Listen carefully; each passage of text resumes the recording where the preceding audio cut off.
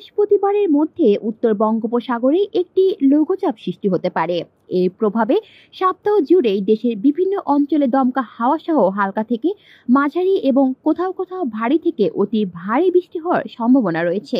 আগামী ৩০ জুলাই পর্যন্ত বৃষ্টিপাতের এই প্রবণতা অব্যাহত থাকার সঙ্গে ভাবসা গরমও কিছুটা বাড়তে পারে বলে জানিয়েছে বাংলাদেশ আবহাওয়া অধিদপ্তর। মৌসুমী বায়ু বাংলাদেশের ওপর মোটামুটি সক্রিয় এবং উত্তর বঙ্গোপসাগরের মাঝামাঝি অবস্থানে রয়েছে। আবহাওয়াবিদ AKM নাজমুল হক জানান, আগামী কয়েকদিন রংপুর, ময়মনসিংহ, ঢাকা, চট্টগ্রাম এবং সিলেট বিভাগের অনেক জায়গায় এবং রাজশাহী, খুলনা, বরিশাল বিভাগের কিছু কিছু জায়গায় বজ্রসহ বৃষ্টি হতে পারে। কোথাও কোথাও মাঝারি থেকে ভারী বর্ষণও হতে পারে। এদিকে গতকাল বুধবার সকালে পঞ্চগড়ের সর্বনিম্ন তাপমাত্রা ছিল ২৭ ডিগ্রি সেলসিয়াস এবং বেলা ৩টায় সর্বোচ্চ তাপমাত্রা রেকর্ড করা হয়েছে ৩৫ ডিগ্রি সেলসিয়াস।